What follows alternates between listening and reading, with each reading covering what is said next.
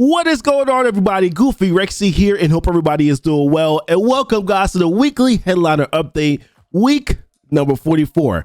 Now, if you're new to the weekly headliner, this is where we discuss what is upcoming this week in Marvel Strike Force, and then we recap the important topics from the previous week as well. Now, we have a lot to talk about this week here. Omega Red Arise, a first-time legendary event here. We're going to go through that just to make sure that you are pristine and prepared for this first-time legendary unlock. I'm going to also talk about my Weapon X thoughts. Obviously, a few of us here had access to the playtest server. I've developed some thoughts here on Weapon X, where I think that their biggest impact is going to be, the biggest downside, and some of the areas where they could also be, other areas where they could also be used as well. And we now know the two other characters that are going to be a part of this patch, Cersei and also Icarus. I'm sure I'm probably saying the names wrong here. Does this mean that Infinity Watch will now be dead? And how do we feel about it? And of course, guys, patch expectations, a lot to talk about here in this video, guys, and so much more to talk about in the weekly headliner update. And we're going to start right now.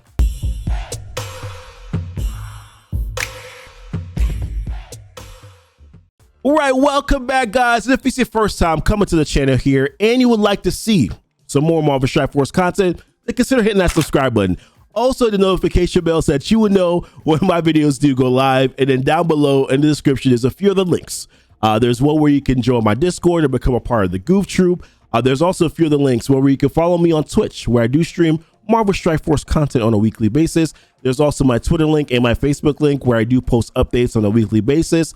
My Patreon link, that's another way for you to support the channel here, so take a look at that as well. And Amazon coins, if you're looking to save some money here on your Marvel Strike Force or mobile in-game purchases, then Amazon coins is the right way for you. I know I'm saving up to 20% here. There's a link that's in the description. If you click on that, it will give you some instructions as to how you can go about making sure that you're getting Amazon coins, and you can use Amazon coins in Marvel Strike Force. And also, if you do click on that link whenever you are purchasing your Amazon coins or re-upping your Amazon coins, I do get credit for that as well. That supports the channel. So please make sure you do so. And usually it's only good for about 24 hours after you click on the link. So whenever you want to re-up, just please click on the link. Like I said, it supports the channel here. But wanted to dive into the first topic for this week, which is going to be, damn it, Omega Red. He's live, guys. He's coming live tonight. Legendary event is going to be starting at kickoff at offer reset time. Here is going to be Omega Red. And congratulations to those who are going to be unlocking Omega Red. I know that getting a legendary on the first pass is an exciting thing, but of course, if you're not getting a legendary on first pass, don't feel bad. Second pass legendary is there's really no shame in a second pass legendary. Shoot, there's no shame in the third pass legendary. If that's the best that you can do, you get them when you can get them. Don't try to go overboard and try to get him, but obviously if you're close, then do what you got to do here. The good thing about Omega Red and his legendary event is that it's going to be lasting a week, right? So we're actually going to get two opportunities here at double drops. So there's some characters that are in those campaign nodes right now, Winter Soldier and also Captain America Sam. So you can take advantage right now of getting some extra shards that you need, of getting some extra shards for those characters through the double drop event. So there's one going on right now, and then there's also, which is called, I'm forgetting the name of it, what do they call it? Dual Threats. Yeah, Dual Threats is a double drop event that is going on active. That is active right now, started on the 31st, so that was yesterday. And then they're going to be bringing it back again on November 5th, so that you can have two chances here at the double drop before both of these characters. Of course, I think the tougher character is going to be Maria Hill. She's in that War Store, man, and everything that is good in Marvel Strike Force is in the War Store, my guy. Yeah. Obviously, we're exaggerating a little bit, but it feels kind of that way, right? Everything that's good, T15s, T16s, T14s, hero unique gear, good character shards, my god, everything is in that War Store. So kind of, I know that's probably more challenging. And of course, Sharon is in the raid store, and of course we had a little bit of a hiccup where that's concerned right this week, where she was supposed to go into the raid store. She did not go into the raid store at the time when she was supposed to. We had to wait a couple minutes, which just makes me pause and say this, by the way, guys. If you've been playing Marvel Strike Force long enough, some of you guys have been playing Marvel Strike Force long enough, whenever they say a thing is supposed to do a thing at a time, at a specific certain time, wait. We've seen this with Red Star Orbs. We've seen this with event campaigns. We're seeing this a lot now, guys. wait, don't do it right at the time. I know we want to pull the trigger, but we've seen it enough, guys, where we have now learned that we should just pause and wait and check first just to make sure, because things are going. So my understanding, though, is that Sharon Carter actually was in the raid orb. It's just that her image wasn't in the raid orb. So a lot of players were checking to see that she was in the raid orb. You know what I'm talking about, right? You jump in, you look at the orb, you click on this little eye icon, you look to see the characters here. She wasn't actually showing up here.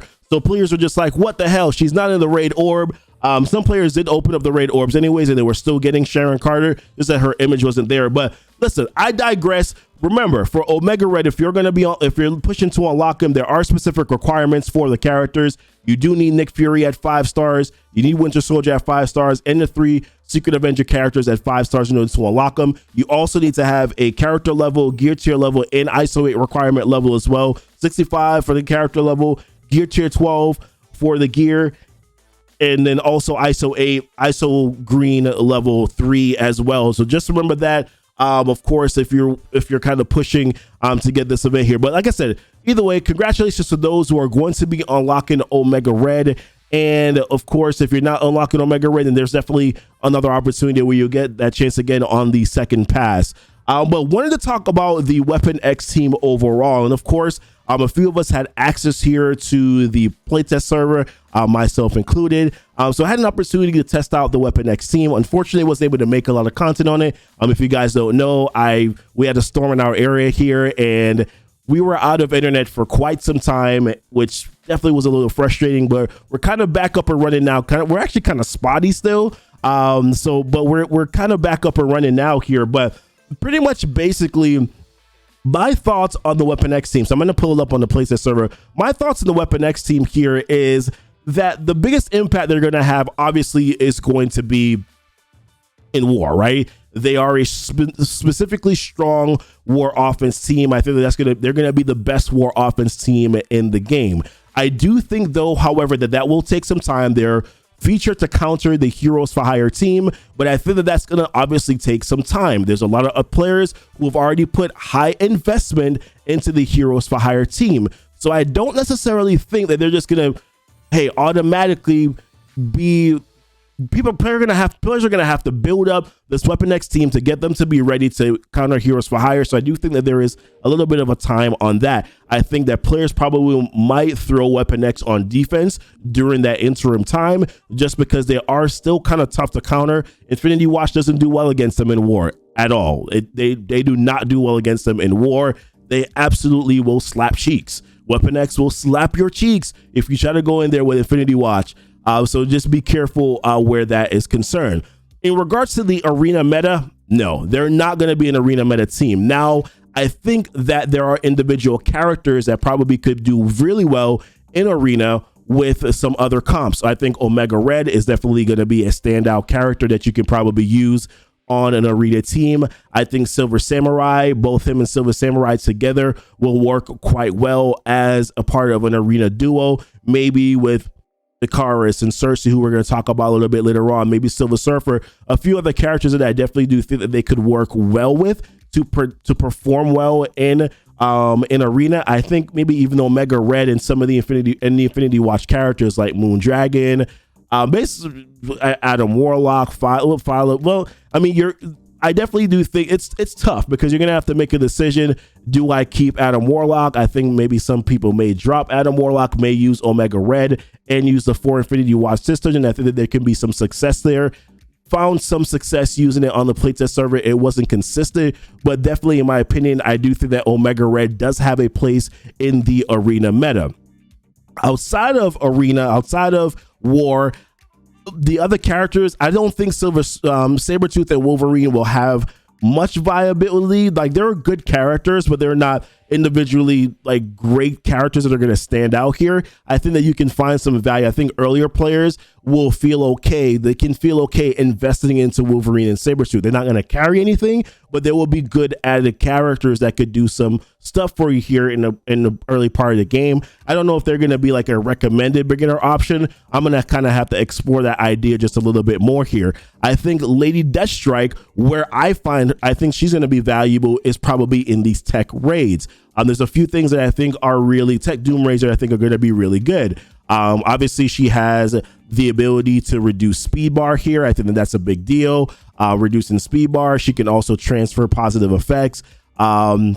This will deflect if the character does have bleed. Additionally, as well, she does give defense down. And of course, if you're going to be using Kestrel in those Tech Doom raids, then you're going to find that that's going to work really well, right? With Lady Deathstrike being able to apply those defense downs. And of course, then Kestrel is going to be able to take advantage. So I think that she's a good additive supportive character to a Tech Doom raid team. I don't necessarily know if she's a standout, but she's definitely not a slouch where that's concerned. Is basically what I'm saying. Like she actually will have value there if you choose to invest your ISO blue into her, which you probably will because you're going to be looking to counter heroes for hire. So those are kind of my thoughts here on the Weapon X team, where I think that they're going to stand out. They're a standout war team, war defense, war offense team. They're going to be the best war team, I think, in the game. I think even going against heroes for hire, yes, there is a concern with Omega Red and his health pool and him getting ability blocked by Misty. I found that being able to ability block Misty with Omega Red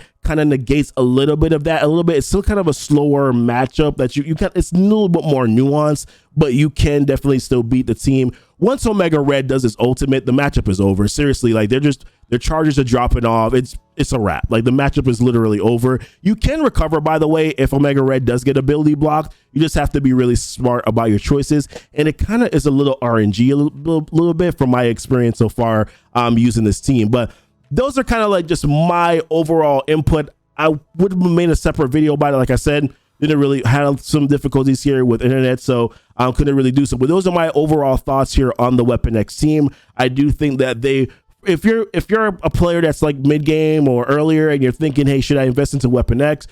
I think that when you're thinking about it from the perspective of early game content, if you're going to be able to get Omega Red first and foremost, like kudos to you. Like that's really good. But Omega Red is kind of challenging to get to, but if you are like a mid-game player, I do think that you will find a lot of value for this team. I don't think that they're just a straight-up war offense team. I think that Omega Red, Silver Samurai can do some other things here, but maybe they're kind of limited outside of it is basically kind of what I'm saying.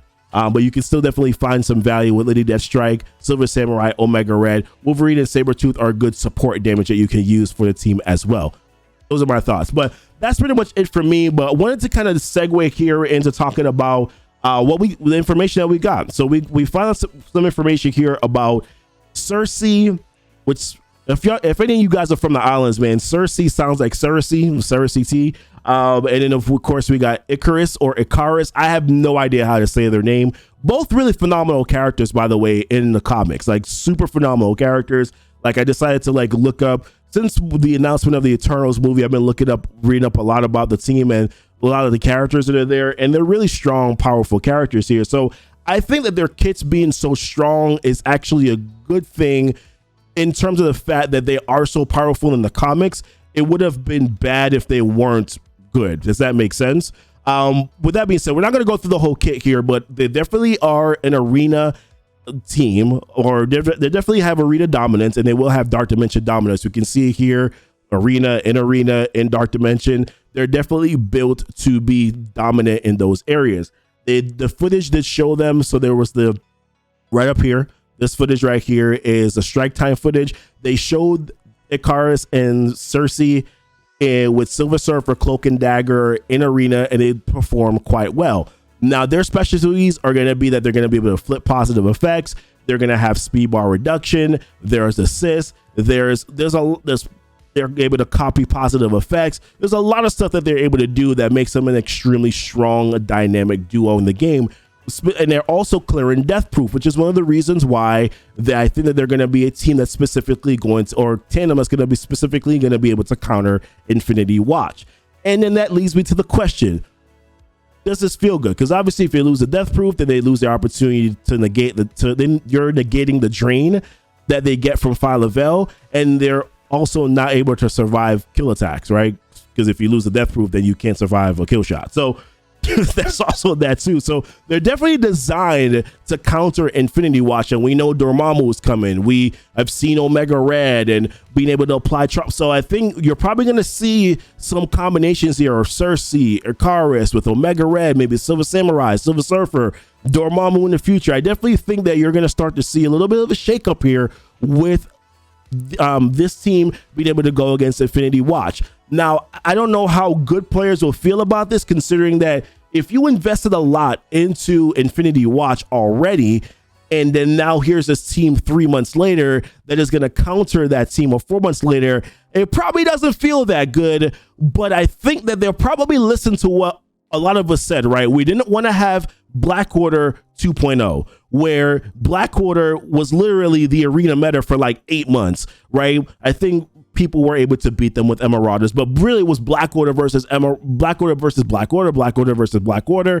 And that was just not necessarily an exciting and a fun thing to do. So I think that they're kind of shaking it up a little bit by introducing Icarus and Cersei and Dormammu, like, and maybe Omega Red. Like, I feel like they're starting to do that, but also it's just going to be one team replacing another team, because there's always going to be a clear team that is going to be the arena meta, right? I just don't feel like there's going to be a way to bridge that gap, because you're seeing it now, right? It's OP team, we create OP team, then we have to create OP team to beat OP team, right? So everything is just OP magnified, OP to the second and third power. Like, it's insane right now what we're starting to see with a lot of these kit developments and these kit builds. And I would also like to point out the fact that there is Dark Dimension mentioned in their kits. I want to reiterate what I talked about in a previous video, where I said, wait and be patient about building for Dark Dimension 5. They are going to continue to bring out new characters that are probably going to make that content easier to beat. So wait is all I'm saying. Collect the gear, collect the resources that you need here, but probably don't need to go super hard, right, on trying to build out your Dark Dimension 5 squad already, because there are going to be other characters that are going to be a part of the new meta that you're probably going to want to invest into that are going to be good for these Dark Dimensions. Now, this could be Pimtech again, but I think that they've learned from Pimtech. Remember, Pimtech was supposed to be the Dark Dimension slobber knockers, or like they were really supposed to mollywop, or beast mode, the Dark Dimension, which in fairness, they actually were a pretty damn good Dark Dimension team. It's just that they weren't great anywhere else other than Ghost. So it felt kind of bad. I think that they're kind of clearly making sure that Cersei and Icarus are not that, and that they're going to be good in other areas. Arena and Dark Dimension is kind of what that's not just Dark Dimension, but also Arena as well. That's my assessment on this. They also talked about, will there be other Eternals? They did mention that other Eternals that they're not bringing them out right now, but there definitely is a door, right? They kind of made it. They kind of said that there's a door for there to be some more Eternals moving forward. So we'll see. I think this is fine for now. We'll have to see how they play in the game. We're obviously speculating on what this could potentially mean here, but I think that definitely, from what I'm seeing, this is probably going to be a dynamic duo and arena meta shakeup, but probably going to end up being a clear-cut arena team again against another clear-cut arena team. So we'll have to see kind of what things pan out to moving forward. But moving on from there, I wanted to talk about some patch expectations here and some things that we probably should be looking for in this upcoming patch. So pull up this data mine here. This is from Tana. Tana always has some pretty damn good data mines. But yeah, we know about the 3 new playable characters. That would be Dormammu. And then, of course, Icarus. I feel like I change the name every time. And then Cersei. My daughter says Cersei, so I'm gonna leave it at that. But Dark Dimension 5, we're definitely expecting that that's going to be something in this new patch. I think that was data mine before. We saw that coming. So we definitely are expecting that Dark Dimension 5 players are going to be able to have access to going into Dark Dimension 5 in this upcoming next patch. And we're expecting that that's going to be sometime this week. We also know now that one of the characters is going to be an event campaign, right? So either Cersei or Icarus is going to be an event campaign. It's definitely not going to be Dormammu. But Cersei... Oh God, Cersei and Akaris are going to be one of the characters for the event campaign. We're going to find it out a little bit later. I think that most likely it's going to be Cersei because I think she was the first character that was showed up on that image. So I think Cersei's going to be the event campaign character, and Akaris is going to be released in some other method of some sort here. New costumes they talked about, but this is another one that was kind of leaked out. So remember, was it last week, a couple or maybe a week ago or so, there was a little bit of a mistake. We saw some G15s in the Doom campaign. We saw those phytonutrients. We saw a couple other pieces here of G15s that were leaked out in the campaigns, and Tyler made a video about it as well, and they immediately took it down. My God, man, they were quick on the trigger on that one, right? But that was something that was leaked out. So we're expecting a new Doom campaign, which is going to be Chapter 4, which is going to be challenging. I'm just going to say this right now. For mid-game players and earlier players, it's most likely going to be way more challenging. Don't expect to get there soon. It's usually somewhat challenging for endgame players, so keep that in mind as well. But of course, we'll be able to get through that content and then kind of show you how to beat it so that you can kind of plan towards that in the future. But we're expecting that some of those G15s are definitely going to be thrown here into this Doom campaign, this new Doom Chapter 4 campaign. So that's something that we're going to be looking forward to coming into the game. Now, not mentioning data mines, but there are definitely a few things that I would like to see. G13s, I know, and the G13 hero uniques, like I know that those are things that they have made more available, aka we are letting you buy more of it now in the gold store, but we haven't really actually reduced costs. We've just made it more available in the store for you to buy it. I would like to see those become a little bit more available. I would like to see those potentially being farmable in some of these Doom campaigns as well. It's hero uniques, my guy. Like, make it easy, man. It would be really nice for some of the players who are trying to get into like Dark Dimension 3, Dark Dimension 4, if they have more availability, like realistically more availability to grab some of those G13s. I would like to see them do that. Also, ISO campaign. I think it's about time that we get some ISO campaigns going as well. We have the blues now. I would like for there to be an ISO campaign where we can also start. It's been a while since they've made an ISO campaign. We'd like to see them give us some options here to start farming some of those ISO blues. That would be nice. We've already seen that Dark Dimension 5 is not requiring ISO blue, so it really wouldn't be that big of a deal. I think for them, of course, I guess you do need ISO blue in order to be able to enter Doom 2. So I guess they could say, well, we would be making it too easy, but still, there would still be a challenge of, do you farm ISO green or do you farm ISO blue? Well, actually, ISO green has its own ISO farming campaign currency, right? So I'm assuming ISO blue would also have different energy as well. That's my assumption, but yes, I think so, right? Fact check me on that one. Let me know, guys. But that's something that I would like to see them do as well to make some changes here. So those are kind of what I'm expecting in the patch. Nothing crazy. Doom campaign, T15s being farmable, and then also Dark Dimension 5 as well. Curious to see what the requirements and how tough the Doom campaign is going to be. Chapter 4 is going to be for the Doom campaign here, but. This popped up early this week, and I'm sorry I wasn't able to make a video about it when it popped up. Sorry, guys. Like I said, it was out of internet. But this is what popped up here. We had an opportunity to vote for Moondragon and also to vote for AV to be able to get some shards for either one of these characters. Personally, selfishly, I definitely went for AV. Partially because I also knew most people were going to vote for Moondragon, so I was just like, whatever. But I have a 7 red star AV, man, and I don't know when I'm ever gonna get those 7 stars on him because this man's in the premium orbs. Take him out of the premium orbs, let him be farmable, at least just for Goofy, please, just for Goofy, man. But it looks like based on the vote so far that definitely Moondragon has won 26k to 13k here. Like I said, we knew that was going to be the case. So Moondragon definitely has won the vote, or she is going to win the vote here. So they mentioned that these shards are going to come out shortly after Halloween is done. So yeah, shortly after Halloween, we'll be sending the winning choice to every single Marvel Strike Force player. Choose wisely, commanders. How many shards do you think we're actually going to get? Just out of curiosity, leave that in the comments. I'm curious to see how many actual shards you think we're going to be getting there. But some other things going on as well. We have some other stuff that was in the blog post. Going to go over it really quickly.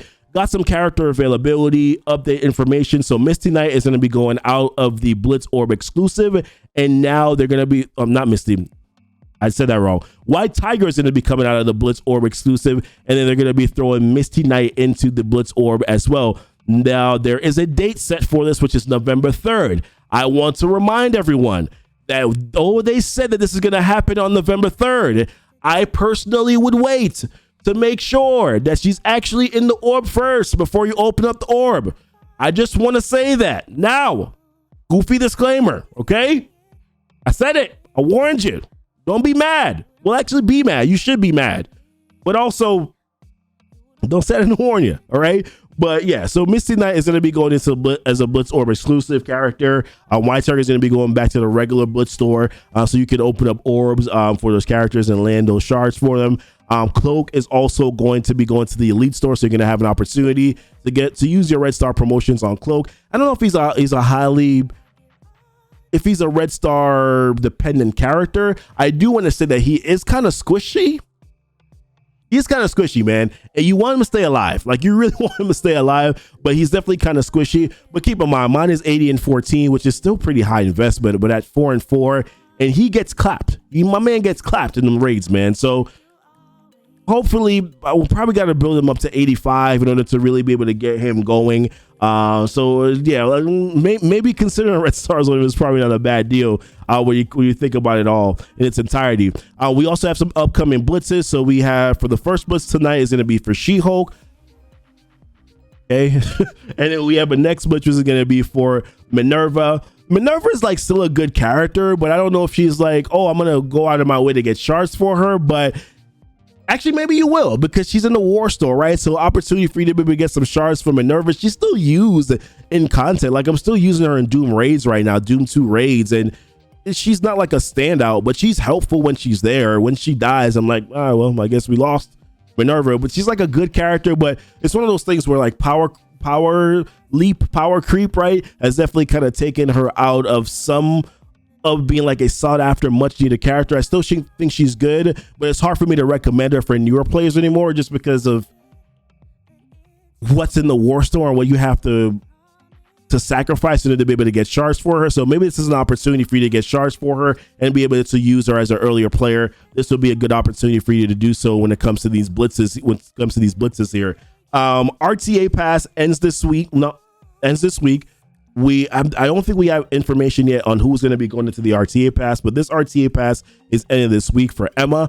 So just keep that in mind. We're probably going to find out who's going to be going into the RTA pass probably on Wednesday when the patch goes live. And then I think that's pretty much basically it for this week, guys. But curious to hear what your guys' thoughts are on all the topics that we just went through. Omega Red, Lady Deathstrike. Oh my goodness, Lady Deathstrike. This was supposed to end. Well, not the store, but the milestones were supposed to end for Lady Deathstrike, but those are still currently active right now. The test subject milestones were supposed to end, but they're still active right now. Take advantage of it. Grab those candies that you need. Grab the extra stuff that you need in the store. Grab the extra shards, the augmented gear. Take advantage of that. I'm going to be doing a blitz rotation right after I'm done with this video here to make sure I'm also taking advantage of it as well. But I appreciate you guys watching the video. Curious to hear what your thoughts are on all the stuff that's happening this week. What are you excited for the most? What are you not excited for the most here? Based on some of the information that we just discussed, Cersei, Weapon X, Omega Red, in Arena, like, what are you guys thinking here? The patch expectations, some of the stuff we talked about there. What are you excited for? What are you not excited for? Curious to hear what your guys' thoughts are where that is concerned. But appreciate you guys watching the video. Thank you so much. Y'all be blessed and y'all be safe. Woo. Oh man, it feels good to be back. I haven't made content since last week Tuesday. Oh man, I missed you guys. I missed you guys. But we're back though. Hopefully. We're good.